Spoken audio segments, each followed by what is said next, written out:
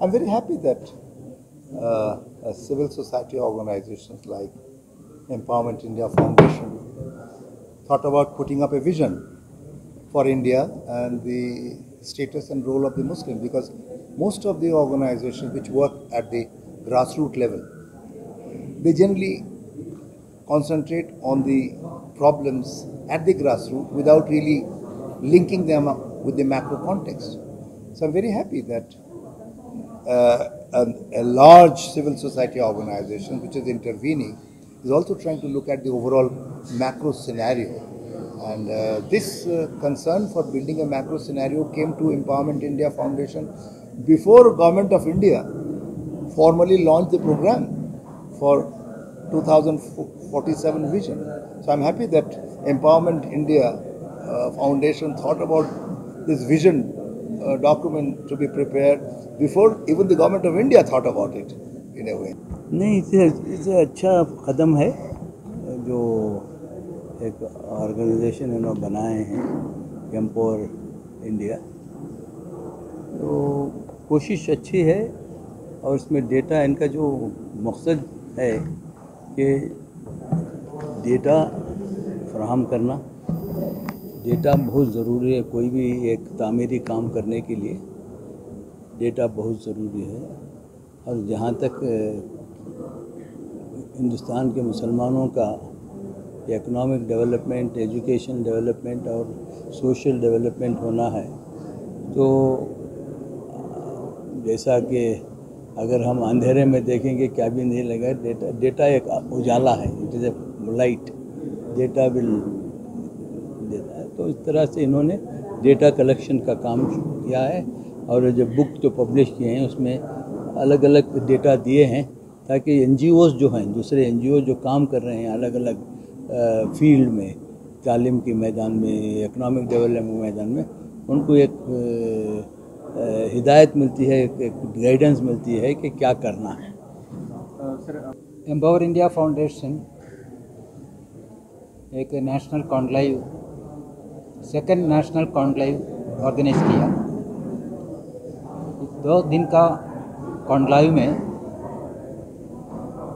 पहले दिन एक वर्कशॉप किया। इसमें अलग अलग स्टेट से, चैप्टर से, डेलीगेट्स से पार्टिसिपेट किया।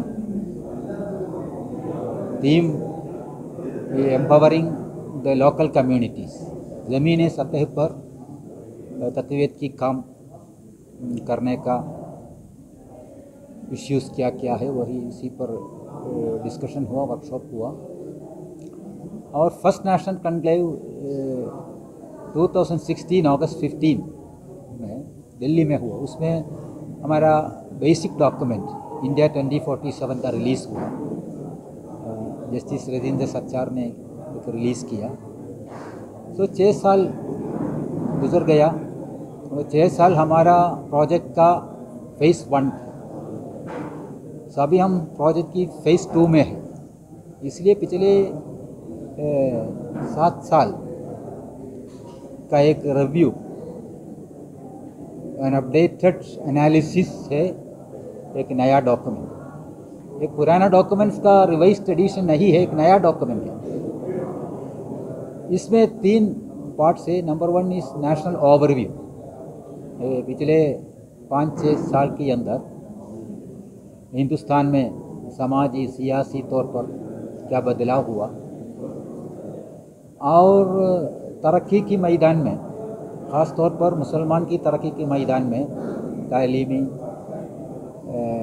माली और हेल्थ, अलग अलग एजुकेशन, अलग अलग फोकस एरिया में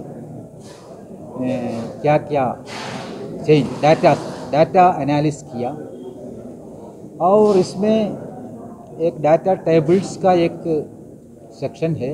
डाटा टेबल्स का में हमारा बेसिक डॉक्यूमेंट में एक डाटा टेबल्स का सेक्शन है, consolidation of the Muslim related data. So we have updated it, that data. And also this is an evaluation of our project journey for the last 5 years, and also it gives highlights हम आगे जाने का हमारा तरीका क्या है। इसमें अभी हमारा फोकस 2 मैदान में है। एक research and publication, data collection, research and analysis. दूसरी चीज़ है कि वही पैगाम और वही मिशन को नीचे लेवल तक लेना है। इसके लिए chapter formation. So first phase में Empower India Foundation national body थे। सेकंड फेज़ में इंडिया 47 के साथ हैदराबाद 2047, कलकत्ता 2047, बेंगलुरु 2047 जैसे मैक्सिमम डिस्ट्रिक्ट्स में एम्पावर इंडिया फाउंडेशन चैप्टर बनाने का एक कोशिश हम शुरू किया।